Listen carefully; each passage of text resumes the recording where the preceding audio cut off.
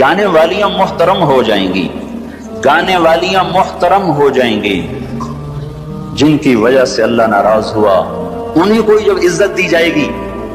گانے والیاں ظاہرت کے دو مطلب ہیں، گانے والیاں عام ہو جائیں گی اور ظاہرت معزز اور محترم ہو جائیں گی۔ والمعازف، اور موسیقی کے آلات گھر گھر ہوں گے، کوئی گھر موسیقی سے بچا ہوا نہ ہوگا، کوئی گھر موسیقی سے بچا ہوا نہ ہوگا۔ وظہرت القینات والمعازف، گانے والیاں معزز، گانے والیاں محترم۔ محفل موسیقی کے کارڈ چھاپے جا رہے ہیں۔ میرے نبی نے کہا تھا وہ کیا دن ہوگا جب تم بھلائیاں مٹانے لگ جاؤ گے، برائیاں پھیلانے لگ جاؤ گے۔ تم آئے تو تھے بھلائی پھیلانے، برائی مٹانے، پر ایک وقت آئے گا تم الٹے ہو جاؤ گے، بھلائی کو مٹانے لگ جاؤ گے، برائی کو پھیلانے لگ جاؤ گے۔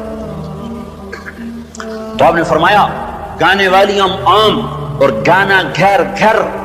یاد رکھو جو قوم موسیقی میں ڈوب جائے انہیں ہلاکت سے کوئی نہیں بچا سکتا۔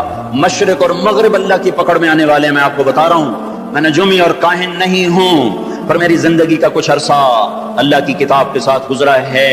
میں تمہیں بتا رہا ہوں مشرق اور مغرب پر آنے والا ہے، آنے والا ہے یہ اللہ، وہ بے نیاز اور صمد اللہ، حیاؤں والا اللہ، کفر کو مہلت دیتا آیا، شرک کو مہلت دیتا آیا، بت پرستی کو مہلت دیتا آیا۔ نہیں مہلت دی تو بے حیائی کو نہیں دی۔ جب قومیں بے حیا ہوئی اور ناچ گانا عزت بن گیا، زنا فیشن بن گیا، عورتیں کپڑوں سے باہر آ گئیں، مرد آوارہ ہو گئے، تو پھر اللہ نے زمین کو ہلایا۔ اللہ نے بے حیاؤں کو مہلت ہمیشہ تھوڑی دی ہے۔ مشرق اور مغرب کے سر سے حیا کی چادر اتر چکی ہے، ان کی تو اتر گئی تھی، وہ ہماری بھی اتارنے کے چکر میں ہیں، ان کی تو اتر گئی تھی، وہ ہماری بھی اتارنے کے چکر میں ہیں۔ اور جس دن اللہ کا نظام چلے گا پھر اسے کوئی روک سکتا ہے؟ أَأَمِنْتُمْ مَنْ فِي السَّمَاءِ أَنْ يَخْسِفَ بِكُمُ الْأَرْضَ فَإِذَا هِيَ تَمُورُ، تمہیں کھڑوں کو زمین میں دھنسا دوں، اپنے اللہ کو روک لو گے؟ أَأَمِنْتُمْ مَنْ فِي السَّمَاءِ أَنْ يُرْسِلَ عَلَيْكُمْ حَاصِبًا فَسَتَعْلَمُونَ كَيْفَ نَذِيرٌ، تمہارے اوپر پتھر برسا دوں تو اپنے رب کو روک لو گے؟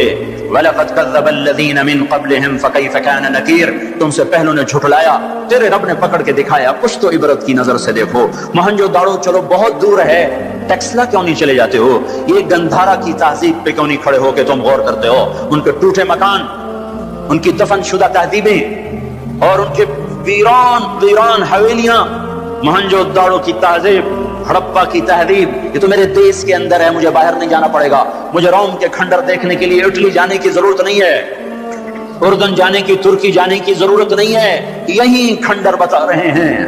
میں بھی کبھی کسی کا سر پر غرور تھا۔ یہ اللہ نے تہذیبوں کو کھنڈر کب بنایا؟ جب نافرمان ہوئے۔ لوط علیہ السلام کی قوم بے حیا تھی، ان کے کفر کا الزام سارے قرآن میں ایک دفعہ لگا ہے ان پر۔ جب بھی نبی کہتا تھا تم غلطی کرتے ہو تو اور انبیاء ان پر کفر کا تم اللہ کا انکار کرتے ہو، تم اللہ کا انکار کرتے ہو۔ لوط علیہ السلام کو لوط علیہ السلام نے اللہ نے صرف ایک دفعہ کہا کہ یہ کفر کرتے ہیں، باقی ہر دفعہ جتنی دفعہ اللہ نے ان پر لعنت کی تو کہا تم کیسے بے حیا ہو، یہ تم کیا کام کرتے ہو، تم کیسے بے حیا ہو، تم مردوں سے شہوت پوری کرتے ہو۔ ما سبقکم بها من احد من العالمین، اس ظالموں تم سے پہلے یہ گندا کام کسی نے نہیں کیا، یہ تم کیا کر رہے ہو؟ جب دھرتی پر یہ کام لوط علیہ السلام کی قوم کا عمل جب دو آدمی کرتے ہیں تو اس جگہ کے فرشتے اٹھ کر اوپر چلے جاتے ہیں کہ ابھی اللہ نے زمین کو ہلایا اور ابھی ہلایا اور ابھی عذاب آیا اور ابھی عذاب آیا۔ تو لوط علیہ السلام کی قوم پہ اللہ نے 4 عذاب پھینکے ہیں کٹھے، اور 5واں زلزلہ۔ پہلے آیا زلزلہ، پھر آئی فرشتے کی چیخ، پھر اوپر پڑی پتھروں کی بارش، پھر ان کے چہرے، ان کی آنکھیں گئی دھسا دی گئیں، اور پھر ان کو اللہ نے یوں اٹھایا اور پلٹا کے یوں مارا۔ فجعلنا عالیہا سافلہا وامطرنا علیہا حجارۃ من سجیل منضود مسومۃ عند ربک وما ہی من الظالمین ببعید۔ عجیب بات بتاؤں، پتھروں پہ نام لکھ کے تھے، یہ پتھر فلاں خبیث کے سر پہ پڑے گا، یہ فلاں بدبخت کے سر پر پڑے گا۔ لوط علیہ السلام کی بیوی ایمان نہیں لائی تو اللہ تعالیٰ کے فرشتوں نے کہہ دیا تو بچ جائے گا، تیری بیوی کے سر پہ پڑے گا پتھر۔ اور لوط علیہ السلام اتنے تنگ آ چکے تھے، فرشتوں نے انہوں نے پوچھا کب عذاب آئے گا؟ لوط علیہ السلام نے پوچھا فَاسْرِ بِأَهْلِكَ بِقِطْعٍ مِّنَ اللَّيْلِ وَلَا يَلْتَفِتْ مِنكُمْ أَحَدٌ وَامْضُوا حَيْثُ تُؤْمَرُونَ۔ لوط علیہ السلام کہنے لگے عذاب کب آئے گا؟ تو فرشتوں نے کہا إِنَّ مَوْعِدَهُمُ الصُّبْحُ، ابھی نہیں، ان موعدہم الصبح، جب صبح کا چاندنا ہوگا تو ان پر عذاب آئے گا۔ لوط علیہ السلام اتنے تنگ آ چکے تھے، کہنے لگے نہیں نہیں نہیں نہیں، صبح بڑی دور ہے، ابھی لاؤ ابھی لاؤ۔ تو جواب میں فرشتوں نے کہا الیس الصبح بقریب، صبح بھی تو قریب ہی ہے، الیس الصبح بقریب ان موعدہم الصبح الیس الصبح بقریب، یہ قرآن کی آیت ہے۔ فرشتوں نے کہا بس 3-4 گھنٹے کی بات ہے، نکلو۔ فلما اتاہا امرنا، پھر اللہ کا امر آیا۔ کہاں ہے اللہ؟ کیا ہمارا کیا پڑھے لکھا دور ہے، سائنس کا دور ہے، ترقی کا دور ہے، پلیٹیں ہلتی ہیں، اللہ ویلا بیٹھا ہوا ہے۔ ہاں ہاں واپس آؤ واپس آؤ۔ عقل کی پرستش نے یونان کو کیا دیا، رب کی پرستش نے دیا جو بھی دیا۔ اللہ اس کے رسول کی غلامی سے سہرے بندے ہیں جس کے بھی بندے ہیں، وہی عزت کی سیڑھیوں پر چڑھا ہے جس نے اللہ رسول کے غلامی کا دم بھرا ہے، جس نے ان کی چوکٹ کو چوما ہے، وہی دنیا اور آخرت میں سرخرو ہوا ہے۔ بے حیا معاشرہ ٹوٹ جاتا ہے اور بے حیائی ننگے ہو کے ناچ رہی ہے۔ کیا حیرت کی بات ہے کہ ننگے ناچ سکرین پہ دکھائے جا رہے ہیں اور دیکھنے والے مزے سے بیٹھے دیکھ رہے ہیں، تو کیا میرے اللہ کو غیرت نہ آئے گی؟ میں یہ لوط علیہ السلام کی قوم کے علاقے میں پھرا ہوں، 300 میل کا علاقہ ہے، غور آج کل اس کو کہتے ہیں، پوری پٹی پہ پھرا ہوں۔ وہ سارا پہاڑی علاقہ ہے، اسلام آباد کے پہاڑوں میں سب بڑے نہیں چھوٹے چھوٹے خوبصورت پہاڑ، چلتے چلتے ایک دم بیچ میں نشیب آتا ہے اور یوں زمین 300 میل تک بیٹھی ہوئی نظر آتی ہے۔ عربی زبان میں بیٹھی چیز کو غور کہتے ہیں۔ یہ زمین کیسے بیٹھ گئی؟ جب لوط علیہ السلام کی بستی کو اٹھایا اور اٹھا کر اوپر سے زمین پر مارا تو وزنی چیز جب زمین پر گرتی ہے تو دائیں بائیں زمین نیچے بیٹھ جاتی ہے۔ اس طاقت سے وہ بستی زمین پر گری کہ 300 میل تک ساری زمین بیٹھ گئی۔ تو لوط علیہ السلام صبح نکلے، نکلنا تھا کہ پہلے زلزلہ آیا، زلزلہ آیا، پھر فرشتے کی چیخ آئی، پھر پتھر برسنے لگے، چیخ و پکار۔ لوط علیہ السلام نے بیوی سے کہا تھا پیچھے نہ مڑ کے دیکھنا، اور اللہ کا فیصلہ ہو چکا تھا کہ اس کا بھی سر ٹوٹنا ہے۔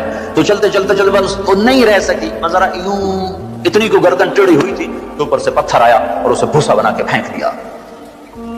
تو میرے بھائیو، ہم سب خطرے کی لپیٹ میں ہیں، باری لگ چکی ہے، نمبر پہ نمبر، نوبت پہ نوبت۔ یہ ہوگا، یا لوگ توبہ کریں گے یا اللہ کی نشانیاں کھل کے آئیں گی۔ جب یہ ہوگا، جب یہ ہوگا، جب میری امت گانے بجانے کو جو قومیں گانے بجانے میں ڈوبتی ہیں وہ ہلاک ہو جاتی۔ چلو میں کہتا ہوں وہ جو قرآن بھی پرانی کتاب اور حدیثیں بھی پتہ نہیں ہیں کہ نہیں ہیں، کتنا ایک طبقہ ہے جاہلوں کا جو یہ بھی کہتا ہے۔ وہ اقبال کو تم مان لو تمہارا شاعر مشرق ہے، حکیم الامت کا لقب پایا ہے۔ 1996 میں انڈونیشیا جماعت میں گیا تھا تو وہاں کا جنرل حبیبی تھا مسلمانوں کا لیڈر، اس سے ملاقات پر اس نے کہا کہ آپ کے شاعر اقبال کی پوئٹری کو ہم نے اپنی زبان میں ٹرانسلیٹ کر کے اپنے نوجوانوں میں جذبہ پیدا کیا۔ میں نے کہا ہماری قوم تو اس کی قدر نہ کر سکی، 100 سمندر پار کی قوم اس کی شاعری سے انقلاب لے آئے، اور انہیں گانوں سے ہی فرصت کوئی نہیں۔ تو اقبال نے کیا کہا تھا؟ تجھ کو بتاتا ہوں کہ تقدیر امم کیا ہے، تمہیں بتاؤں میں قوموں کے عروج و زوال کی کہانی۔ شمشیر و ثنا اول، طاؤس و رباب آخر۔ جب وہ اٹھتی ہیں عزت کے زینوں پر تو نیزوں کی کھڑکھڑاہٹ اور تیروں کی سنسناہٹ اور تلواروں کی جھنکار ان کا نغمہ ہوتا ہے، اور جب وہ ذلت کے گڑھوں میں گرتی ہیں اور پستیوں میں گرتی ہیں تو پھر تانسین ان کا بڑا آدمی بن جاتا ہے، پھر تانسین کے قصیدے پڑھے جاتے ہیں، پھر گلوکاروں کو فنکار بنایا جاتا ہے، پھر ناچنے والیوں کو فنکارہ بنایا جاتا ہے۔ ہائے ہائے ہائے ہائے، 6 لاکھ کو کیا جواب دو گے؟ پاکستان کے عوام کے کو 3 ہستیوں کا سامنا ہے، ساری دنیا کو 2 کا سامنا، ایک اللہ کا ایک اس کے رسول کا۔ پاکستان والوں کو 3 کا سامنا ہے، ایک اللہ کا، ایک اس کے رسول کا، اور ایک ان 6 لاکھ کا جن کی ہڈیوں پر اس ملک کو تعمیر کیا گیا۔ وہ معصوم بچے جو درختوں سے لٹکا کر سینے کے پار کیل کر دیے گئے، وہ عزت مآب بیٹیاں جو خاک و خون میں لوٹا دی گئیں، وہ نوجوان اور بوڑھے جن کی لاشوں سے ٹرینیں بھر بھر کر لاہور کے اسٹیشن پر آتی تھیں۔ ہاں، میں تو مہاجر نہیں ہوں، لوکل آدمی ہوں، لوکل ذمہ دار کا بیٹا ہوں۔ میرے ابا کا ایک مہاجر دوست تھا، اس کی ایک دفعہ وہ کہانی سنا رہا تھا میرے باپ کو، میں بیٹھا سن رہا تھا۔ ہمارے ڈیرے پر جالندھر سے بھاگا کمیاں صاحب سارا ہی خاندان کٹوا کے نکلا۔ کیا خیال ہے یہ 6 لاکھ تو ایسے پڑا ہے، اس سے زیادہ ہی ہوگا، یہ تمہارے گریبان پکڑیں گے، اس لیے بنایا تھا ملک کے جگہ جگہ زنا کے اڈے کھل جائیں، شراب بکے، ناچ گانے کی محفلیں ہوں، ہمارے خون کی یہی قیمت ہے. اے انسان ظالم ہے، بھول جاتا ہے. 50 کی دہائی میں پیدا ہونے والوں نے ان نوحوں کی تھوڑی بہت صدات باز گشت سنی ہوئی ہے. تمہیں کیا خبر کتنی جوانیاں رل گئیں، کتنی ماؤں، کتنی مائیں، کتنے بیٹے، کتنے باپ، کتنی بہنیں، کتنے سہاگ، کتنی جوانیاں اس بھٹی میں جل کے گل کے راکھ ہوئیں، پھر اس خطے کو وجود ملا. کہنے کہ میں رات کو چلتا تھا، دن کو چھپتا تھا کماد کے کھیت میں، پیچھے سکھ، آگے منزل کا پتہ کوئی نہیں کدھر جانا ہے. رخ لاہور کا تھا، پہنچ گیا دریائے ستلج. اس وقت ستلج زندہ تھا، اپنی روانیوں کے ساتھ بہتا تھا، ایسے سویا ہوا ستلج نہ تھا. اب آگے ستلج، پیچھے سکھ، یا کرپان پڑے یا پانی، دو میں سے ایک ضرور ہے، یا اگر آگے موت یا پیچھے موت. کہ میرے جی میں آیا سکھوں کے ہاتھوں مرنے سے بہتر ہے پانی میں مر جاؤں. تیرنا نہیں آتا تھا کہ میں نے ایک لکڑی اٹھائی، اس کو آسرا بنایا. میں نے کہا مولا زندگی ہے تو پار لگا دے، تیرنا مجھے آتا نہیں. کہ میں اس لکڑی پہ بیٹھا اور ایسے ہی پانی کو ہٹاتا ہوا تھوڑا تھوڑا آگے بڑھا. جب ذرا سا میں بیچ گیا ہوں تو میں نے کیا دیکھا کہ سارا دریائے ستلج لاشوں سے بھر کے بہ رہا تھا. ان کو پانی نے کفن دیا، انہیں ستلج کی مچھلیوں نے قبر دی. یہ تم سے پوچھیں گے، بددانتوں سے پوچھیں گے، ظالموں سے پوچھیں گے، ان ناچنے والوں سے پوچھیں گے، اور یہ ناچ کی محفلیں سجانے والوں سے پوچھیں گے ہماری ہڈیوں کی کیا قیمت ہے، ہمارے خون کی کیا قیمت ہے. کاش تم اپنی تاریخ ہی پڑھ لیتے. تاریخ اسلام چھوڑ دو، لمبا موضوع ہے، تاریخ پاکستان پڑھ لو. اور نہیں تو نسیم حجازی مرحوم کی خاک و خون پڑھ لو. میں نے اسکول لائف میں خاک و خون پڑھی تھی، 1 مہینہ میں روتا رہا تھا. میرا ایک بھانجا تھا، اس نے حفظ کیا، داڑھی منڈا دی. مجھے بڑا غم کہ یہ اس نے ظالم نے کیا ظلم کیا. اس نے کہیں خاک و خون پڑھی، اس نے ایسی توبہ کی، داڑھی بھی رکھ لی، پتلون بھی چھوڑ دی. اپنی تاریخ کو بھلا دینے والی قومیں بے نشاں ہو جاتی ہیں. وہ قافلہ ہوتا ہے پر جس کی کوئی منزل نہ رہے. وہ راہی ہوتے ہیں جنہیں راستوں کی سمت کا کچھ پتہ نہیں رہتا. کھانا پینا یہ زندگی ہے، ہم کسی کام کے لیے آئے ہیں. اور کیا ہوگا؟ وَلُبِسَ الْحَرِيرُ، مرد ریشم پہنیں گے. اور کیا ہوگا؟ وَشُرِبَتِ الْخُمُورُ، شراب پی جائے گی. اور کیا ہوگا؟ وَلَعَنَ آخِرُ هَذِهِ الْأُمَّةِ أَوَّلَهَا، اس امت کے آج کے لوگ پہلے لوگوں کو گالیاں بکیں گے، دیوانہ کہیں گے. اونٹوں کے لوگ تھے، پتھروں کے لوگ تھے، خچروں کے لوگ تھے، کھوتوں کے لوگ تھے، ہم راکٹ والے، ہم راکٹ والے. اور تمہارا نبی گدھے پہ سوار رہا ہے. سواری عزت کی چیز ہوتی تو میرے نبی کو اللہ براق ہر وقت حاضر کرتا. اللہ کے نبی کے 2 گدھے تھے، ایک کا نام عفیر تھا، ایک کا نام یعفور تھا. آپ کبھی اس پہ سوار ہوتے، کبھی اس پہ سوار ہوتے. پھر آپ نے خچر پر بھی سواری کی ہے، ایک کا نام دلدل تھا، ایک کا نام فضہ تھا. پھر آپ نے اونٹنی پر بھی سواری کی ہے، ایک کا نام عزبا تھا، ایک کا نام شہبا تھا، ایک کا نام جدعا تھا، ایک کا نام قصوا تھا. پھر آپ نے ایک اونٹ پر بھی سواری کی ہے، اس کا نام عسکر تھا. پھر آپ نے امت کے مالداروں کو بھی گنجائش دے دی، آپ نے گھوڑوں پر بھی سواری کی ہے. اور چھوٹے موٹے گھوڑے بڑے عالی شان. ایک گھوڑے کا نام ورد تھا، ایک کا نام یعصوب تھا، ایک کا نام یعقوب تھا، ایک کا نام مرتجل تھا، ایک کا نام سکب تھا، ایک کا نام سبحہ تھا، ایک کا نام لزاز تھا، ایک کا نام قراز تھا. یہ سارے حسین گھوڑے تھے جن پر آپ نے کبھی کبھی سواری فرمائی کہ اگر میری امت کا کوئی مالدار اچھی سواری رکھنا چاہے تو میں گنجائش دیتا جاؤں کہ میں صرف غریبوں کا نبی نہیں ہوں، مالداروں کا بھی نبی ہوں. یہ جب سب کچھ ہوگا، میں ساری کو ایک دفعہ دوبارہ دہراتا ہوں، عزت تو خزل فی ادولا، جب حکومت کے کارندے بددیانت ہو جائیں گے، خزانہ خود لوٹ لیں گے. والامانۃ مغنما، عوام بھی بددیانت ہو جائیں گے، امانت کھا جائیں گے. والزکاۃ مغرما، زکات دینے والے زکات دینا چھوڑ دیں گے. وتعلم لغیر الدین، علم دین دنیا کمانے کے لیے ہوگا. واطاع الرجل زوجته، لوگ بیویوں کے فرما بردار. واقع امہ، ماؤں کے نافرمان. وادنى صدیقہ، دوست کا استقبال. واقصى اباہ، باپ کو ذلیل و خوار کریں گے. وصاد القبیلۃ فاسقهم، قبیلے کا سردار فاسق. وکان رئیس القوم ارذلهم، حکومت امت نااہل انسانوں کے ہاتھ میں، وَأُكْرِمَ الرَّجُلُ مَخَافَةَ شَرِّهِ، ایک دوسرے کو سلام کریں گے بیچ میں نفرتیں چھپا کر، اور وَارْتَفَعَتِ الْأَصْوَاتُ فِي الْمَسَاجِدِ، اور مسجدوں میں لڑائیاں شروع ہو جائیں گی، وَظَهَرَتِ الْقَيْنَاتُ وَالْمَعَازِفُ، گانا بجانا عام ہوگا، گانے والیاں محترم ہوں گی، وَلُبِسَ الْحَرِيرُ، اور ریشم پہنا جائے گا، وَشُرِبَتِ الْخُمُورُ، اور شراب پی جائے گی، وَلَانَ آخِرُ هَذِهِ الْأُمَّةِ أَوَّلَهَا، آج کے لوگ پچھلے لوگوں کو برا بھلا کہیں گے۔ جب یہ سب کچھ ہوگا تو پھر کچھ اور بھی ہوگا، وہ کیا ہوگا؟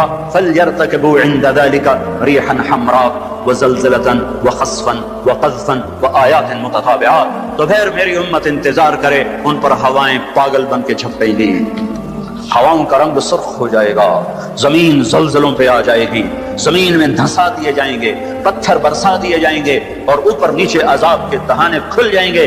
جب تک توبہ نہ ہوگی یہ راستہ بند نہ ہوگا، یہ پکڑ بند نہ ہوگی۔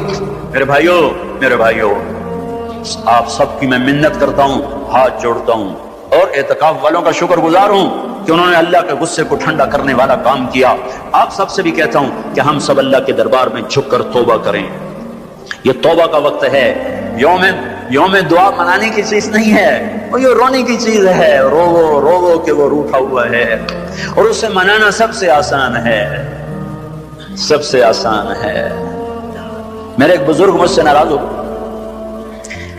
ڈیرے میں، بھرے ڈیرے میں 1 گھنٹہ میں زمین پر بیٹھ کے ان کی منتیں کرتا رہا، زمین پر وہ چارپائی پر نوکر کھڑے ہوئے، رشتہ دار کھڑے ہوئے، اور میں معافی مانگ رہا ہوں کہ میں نہیں کرنا ہے، مینوں پتا ہے تو بڑا بڑا مولوی ہے، میں تینوں معاف نہیں کرنا۔ 1 گھنٹہ منتیں کروا کر پھر معاف کیا، خون کا قریبی رشتہ۔ اور میرا اللہ کیسا ہے؟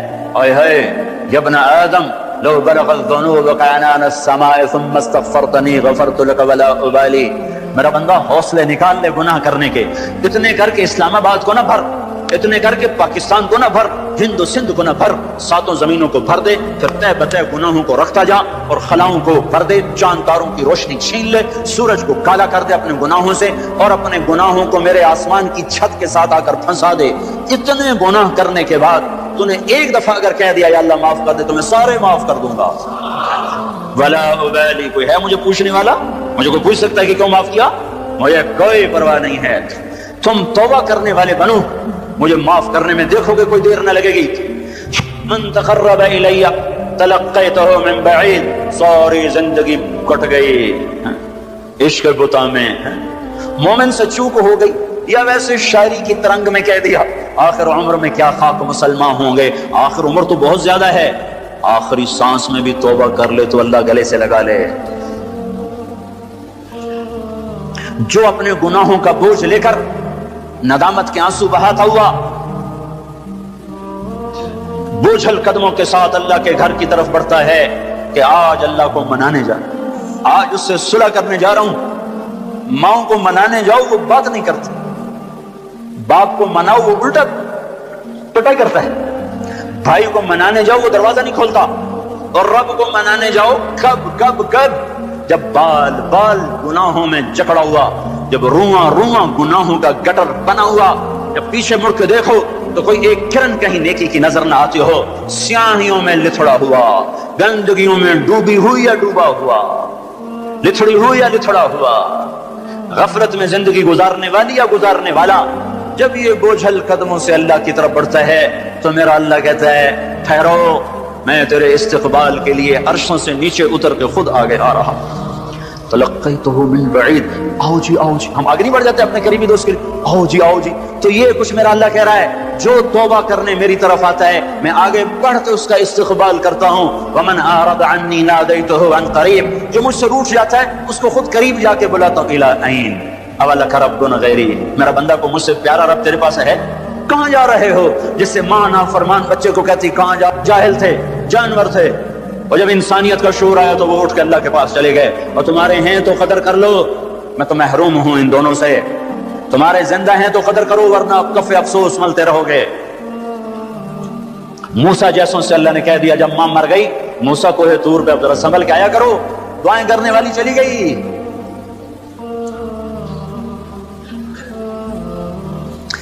ہائے، تو میرا اللہ کیا کہتا ہے؟ آؤ میں تیرا استقبال کرتا ہوں، آ جا۔ میرا بندہ کہاں جا رہا ہے؟ فَأَيْنَ تَذْهَبُونَ یا ایھا الانسان ما غرک بربک الکریم۔ کاش اس آیت کے اندر کا شہد میں آپ کو نکال کے دکھا سکتا، اس کے اندر میں اللہ کی محبت میں آپ کو دکھا سکتا کہ اللہ کیسے پکار رہا ہے، یا ایھا الانسان، او میرا بندہ، او میری بندی، کہاں جا رہے ہو؟ ما غرک بربک الکریم۔ اور کبھی رب بھی ظالم ہو سکتا ہے، تیری ماں تجھ پہ ظلم کر سکتی ہے، عین ممکن ہے کہ مائیں ظالم ہوں۔ خیزوران نے اپنا سگا بیٹا قتل کر دیا، ہارون رشید کی ماں خیزوران، مہدی کی بیوی، ہادی ہارون کی ماں، مہدی کے مزاج پہ سوار تھی۔ مہدی اس کے پیچھے بھی جیسے نور جہاں جہانگیر پہ چھا گئی، خیزوران مہدی پہ چھا گئی۔ جب وہ مر گیا تو ہادی خلیفہ بنا، انہوں نے کہا اماں گھر کے اندر بیٹھنا، باہر نہیں آنا، چار دیواری میں تیرا ہر حکم چلے گا، حکومت کے معاملات میں دخل نہیں دینا۔ رات سوتے کو ماں نے مروا دیا۔ مائیں تو یہ ظلم کرتی چلی آئی ہیں، پر تیرا رب ہرگز ہرگز ہرگز ہرگز ہرگز کبھی ظلم نہیں کر سکتا، کبھی ظلم نہیں کر سکتا، کبھی ظلم نہیں کر سکتا۔ یہ بچے کیوں مر گئے؟ یہ معصوم کیوں مر گئے؟ یہ پتھر کیوں ہل گئے؟ یہ غریب لوگ تھے، ان کو کیوں پکڑ لیا؟ اور مت کرو یہ باتیں، مت کرو یہ باتیں، ان سے توبہ کرو، توبہ کرو، توبہ کرو۔ میرے اللہ سے زیادہ مہربان کوئی نہیں ہے۔ جنت کوئی مفت کا سودا ہے۔ وَلَنَبْلُوَنَّكُمْ بِشَيْءٍ، میں نے تمہیں آزمانا ہے، دکھ دے کر بھی، سکھ دے کر بھی۔ وَنَبْلُوكُمْ بِالشَّرِّ وَالْخَيْرِ فِتْنَةً، میں نے تمہیں آزمانا ہے راحت دے کر بھی، مصیبت دے کر بھی۔ مَا أَصَابَكُم مِّن مُّصِيبَةٍ فَبِمَا كَسَبَتْ أَيْدِيكُمْ، جو تم پر مصیبت آئی ہے تمہارے ہاتھوں کی کمائی ہے۔ یہاں عذاب کی طرف اشارہ ہے، یہاں عذاب کو بتایا جا رہا ہے۔ مَا أَصَابَكُم مِّن مُّصِيبَةٍ فَبِإِذْنِ اللَّهِ، تم پر جو مصیبت آئی ہے اللہ کے امر سے آئی ہے۔ یہاں امتحان کی طرف اشارہ ہے۔ سنو، دو آیات آپ کو بتا رہا ہوں، دونوں کا مصداق الگ ہے۔ ما اصابکم من مصیبت فبما کسبت ایدیکم، تم پہ جو دکھ تکلیف آیا ہے تمہارے گناہوں کا نتیجہ ہے۔ ما اصابکم من مصیبت فباذن اللہ، تم پر جو مصیبت آئی ہے اللہ کی اجازت سے آئی ہے۔ یہ باذن اللہ، بما کسبت ایدیکم، بما کسبت ایدیکم پر جب زمین آسمان ہلتے ہیں تو اللہ کا عذاب ہوتا ہے، اور باذن اللہ پر جب زمین آسمان ہلتے ہیں تو اللہ کا امتحان ہوتا ہے۔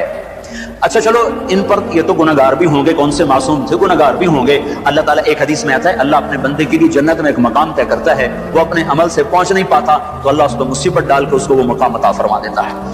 اور اللہ تعالیٰ جنت میں جب مصیبت زدہ لوگوں کو بلائے گا، مصیبت والے آ جاؤ، اعلان ہوگا 8 اکتوبر کے زلزلے والے آ جاؤ۔ جب اللہ ان کو جنت کے درجات دے گا تو جو لوگ عافیت میں رہے ہوں گے وہ کہیں گے ہائے کاش دنیا میں ہمارے گوشت کینچیوں سے کاٹے جاتے اور ہمیں بھی یہ رتبہ مل جاتا۔ کینچی کیوں کہا؟ تلوار کیوں نہیں کہا؟ خنجر کیوں نہیں کہا؟ کہ تلوار اور خنجر کام تیزی سے دکھا جاتے ہیں، کینچی تو کپڑا کاٹنے کے لیے ہے، بوٹی کاٹنے کو تو نہیں ہے۔ اس بات کی طرف اشارہ ہے کہ کینچیوں سے ہمیں کاٹتے، رگ رگ ہماری پھڑکتی اور دکھتی اور ہم ہائے ہائے کرتے مرتے، پر اگر ہمیں یہ مل جاتا تو ہمیں کوئی نقصان نہ تھا۔ تو اللہ اچھوں کو بھی آزماتا ہے، بروں کو بھی۔ آزمائش کے بعد لوگوں میں کفر بڑھے تو عذاب کی نشانی ہے، آزمائش کے بعد لوگوں میں توبہ آئے تو یہ اللہ پاک کے امتحان کی نشانی ہے۔ اللہ تعالیٰ نے پہاڑ ہلائے، چلو ان میں قصوروار بھی تھے، بے نمازی بھی ہوں گے اور دوسرے کاموں والے بھی ہوں گے۔ امام حسین نے کیا قصور کیا تھا جو سینہ چھید دیا گیا؟ کیا قصور کیا تھا امام حسین نے؟ وہ سینہ جس کو یعنی حسن حسین وہ ہستیاں ہیں جن کی بوٹی بوٹی پر اللہ کے نبی نے بوسے لیے، ایسے چوما یہاں تک چوما، صرف سر اور ماتھا نہیں چوما۔ کیا قصور کیا تھا امام حسین نے؟ یہ کیا عذاب آیا؟ نعوذ باللہ، میں آج کے ذہن کی ترجمانی کر رہا ہوں۔ اللہ کے نبی گلی میں گزرے، بچے کھیل رہے، امام حسین بھی کھیل رہے، تو آپ نے کہا پکڑو بھائی حسین کو، جیسے بڑا آدمی چھوٹے کے پیچھے بھاگتا ہے، پکڑو بھائی پکڑو، تو آگے امام حسین بھاگے ادھر گئے، تو آپ آگے سے آ گئے، پکڑو بھائی پکڑو، تو وہ ادھر چلے گئے، پھر آپ آگے سے آئے، پکڑو بھائی پکڑو۔ اب وہ جیسے بچہ یوں سمجھتا ہے میں بڑا دلیر ہوں، میرا پیو میں نپے نہیں سکتا، میں کیڈا بڑا ایتھلیٹ بن گیا، تو وہ یہی کچھ امام حسین کر رہے تھے، کبھی ادھر ہوتے کبھی ادھر ہوتے، ہمارے نبی کبھی آگے ہوتے کبھی پیچھے ہوتے، یہاں تک کہ ان کو ایسے پکڑ کے اٹھایا اور ان کے ہونٹوں اور ماتھے کو چوما اور فرمایا حسین مجھ سے ہے، میں اس سے۔ اب اس کو کیوں سین ہائے ہائے، کیا تیر لگے ہیں، کیا تیر لگے ہیں، کیا تیر لگے ہیں۔ ادھر آ ستم در ہنر آزما، تو تیر آزما ہم جگر آزمائیں۔ وہ صرف حسین تھوڑا ہی شہید ہوئے، 16 آل رسول میں سے شہید ہو گئے۔ امام حسن کے بیٹے قاسم اس قافلے کے سب سے حسین نوجوان تھے۔ جب سارے جان نثار شہید ہو گئے تو پھر اہل بیت کی باری آئی، تو سب سے پہلے قاسم نے اپنی جان کا نذرانہ پیش کیا اور آ کر اپنے چچا کے سامنے کھڑے ہوئے، بیچ میں لوہے کی دیواریں، ان پر جو تلوار پڑی ہاتھ پر ہاتھ کٹ کے الگ ہوا، زمین پر گرا، ان کا یا عمّا، ہائے چچا۔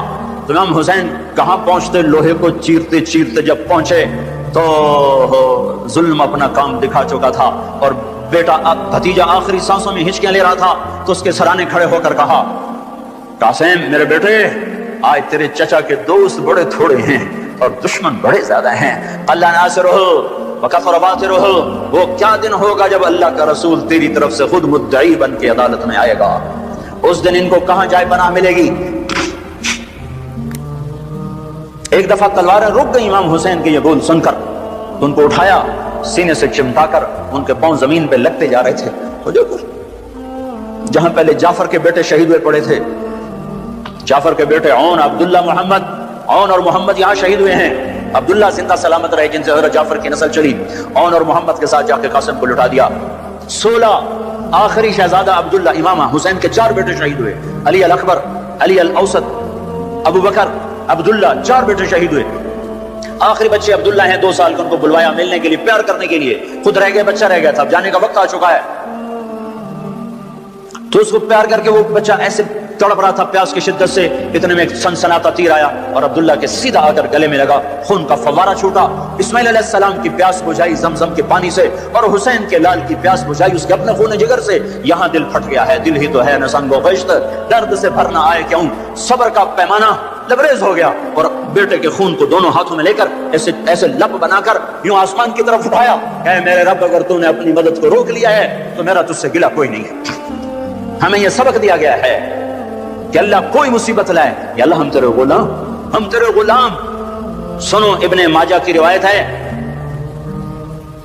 کہ آپ نے فرمایا، اگر اللہ تعالیٰ ساری دنیا کے انسانوں کو، ساری دنیا، سارے آسمان کے فرشتوں کو جہنم میں ڈال دے تو اللہ ظالم نہیں ہے، اللہ کریم ہے، کریم ہے، کریم ہے، امتحان ہے ہمارا بھی۔ جو مر گئے جنت میں چلے گئے، دیکھتے نہیں ہو رمضان میں مرے ہیں، اور رمضان میں تو حساب نہیں ہوتا۔ اب اللہ تعالیٰ کوئی تمہاری طرح کھاتے دار تھوڑا ہی ہے کہ مہینے کے بعد پھر اچھا جی ہوتا حساب دے دو، جب ایک دفعہ چھوڑا تو چھوڑ دیا۔ رمضان میں مرنے والوں کا حساب نہیں، معصوموں کے ساتھ مرے ہیں، تو جب معصوموں نے آگے جا کر ماؤں کی سفارش کی ہوئی تو خود ہی مائیں بھی سیدھی جنت میں، وہ بھی جنت میں۔ موسیٰ علیہ السلام نے کہا، یا اللہ، یہ تو مسلمان کو بڑی تنگی دیتا ہے۔ موسیٰ علیہ السلام بڑے لاڈلے نبی سے، اللہ سے کر لیتے تھے باتیں ایسی، یا اللہ یہ آگ مسلمان کو بڑی تنگی دیتے ہیں۔ تو اللہ تعالیٰ نے کہا، ادھر دیکھو، اللہ تعالیٰ نے جنت کھول دی، ادھر دیکھو۔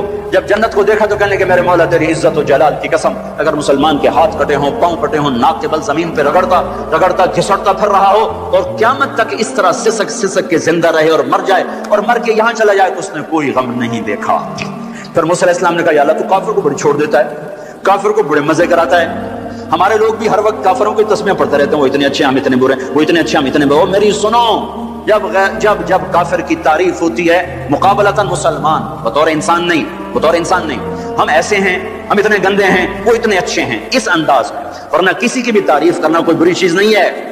توازن کے ساتھ بات کر رہا ہوں، مسلمان اتنے گندے ہیں اور وہ اتنے اچھے ہیں، جب اس توازن کے ساتھ کوئی بولتا ہے تو اللہ کا عرش غصے سے کانپنے لگتا ہے۔ بدبخت، میرے نبی کی امتی کو چھوٹا کر رہا ہے اور میرے نبی کے دشمن کو بڑا کر رہا ہے۔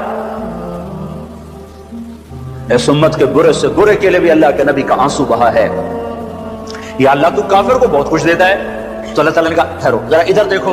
دیکھا تو جہنم کو کھول دیا۔ جب جہنم کو دیکھا تو اللہ، تیری عزت کی قسم، تیرے جلال کی قسم، تیرے مرتبے کی قسم، کافر ساری دنیا کا بادشاہ بن جائے، قیامت تک حکومت کر کے مر کے یہاں چلا جائے، تو اس نے کچھ نہیں دیکھا، کچھ نہیں دیکھا، برباد ہو گیا۔ میرے بھائیوں، میں آپ سب بھائیوں کی خدمت میں گزارش کرتا ہوں، توبہ کرو، عورتیں بھی، مرد بھی۔ یہ جو باتیں میں نے دہرائی ہیں حدیث پاک کی، اللہ نہ کرے کوئی اس میں مبتلا ہے، کوئی ہے تو اللہ کے واسطے توبہ کرو۔ پھر اس کے ساتھ جھوٹ سے بچو، خیانت سے بچو، دھوکے سے بچو، گالی گلوچ سے بچو، چولی سے بچو، الزام لگانے سے بچو۔ نیک عورت پہ الزام لگانے والا قیامت کے دن 100 سال کی بندگی لے کر آئے گا تو اللہ تعالیٰ مردود کر دے گا۔ قذف المحسنہ یہدم عمل 100 سنۃ، طبرانی کی روایت ہے کہ نیک عورت پہ تھپا لگانے والا 100 سال کی بندگی بھی ہوگی تو اللہ مردود کر دے گا۔ تو اپنے ماں باپ زندہ ان کی خدمت میں پڑ جاؤ، اصحاب قلم ہیں تو قلم سے انصاف کرو، اصحاب اقتدار ہیں تو کرسی میں بیٹھ کے اللہ کو یاد کرو کہ یہ اللہ کی دی ہوئی چیز ہے۔ سنو، ایک دن کا عدل کا فیصلہ، طبرانی کی روایت ہے ایک دن کا عدل کا فیصلہ 60 سال کی عبادت سے بہتر ہے۔ ایک بڑا افسر کرسی پہ بیٹھ کے دیانتداری سے ساری فائلیں پار کر دیتا ہے، اس کا ایک دن کا یہ عمل میری مسجد کی 60 سال کی عبادت سے بہتر ہے۔ قیامت کے دن اعلان ہوگا عرش کے سائے میں آنے کے لیے آ جاؤ، 7 قسم کے آدمی پہلے آ جاؤ۔ کون؟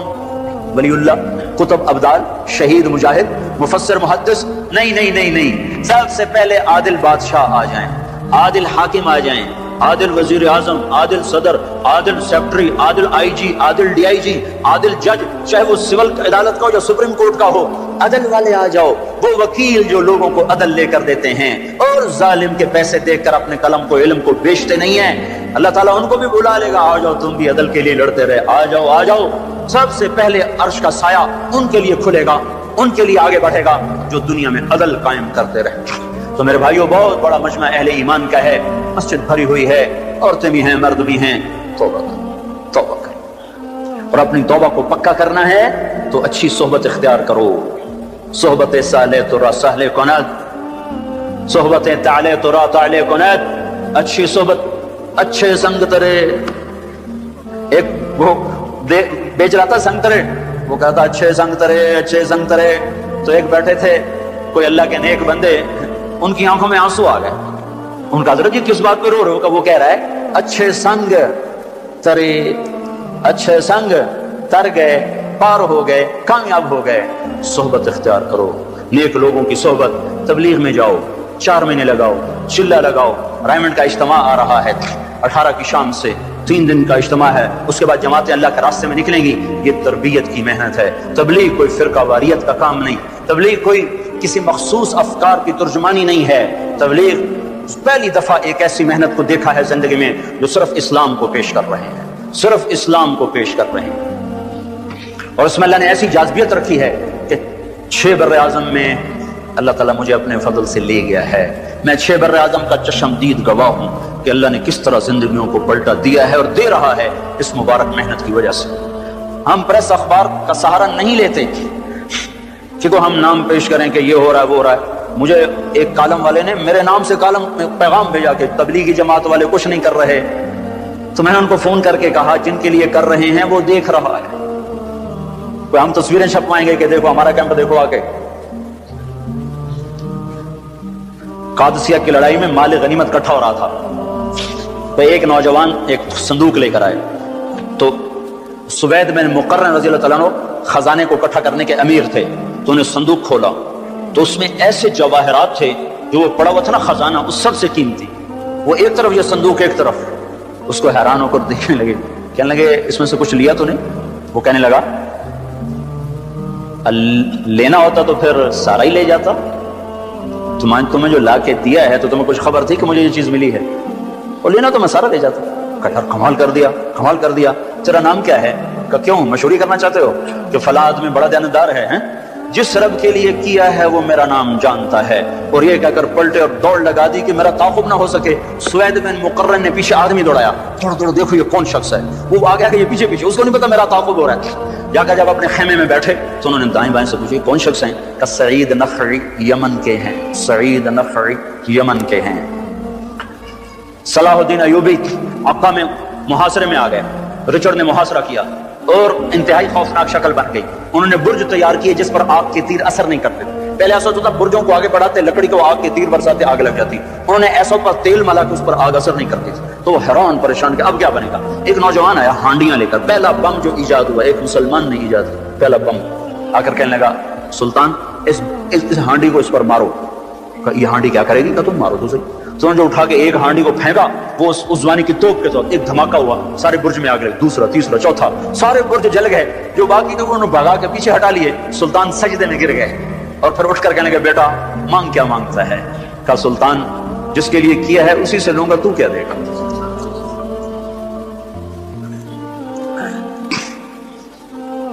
چھ بر اعظم میں اللہ نے اس کام کو ہدایت کا ذریعہ بنایا ہوا ہے۔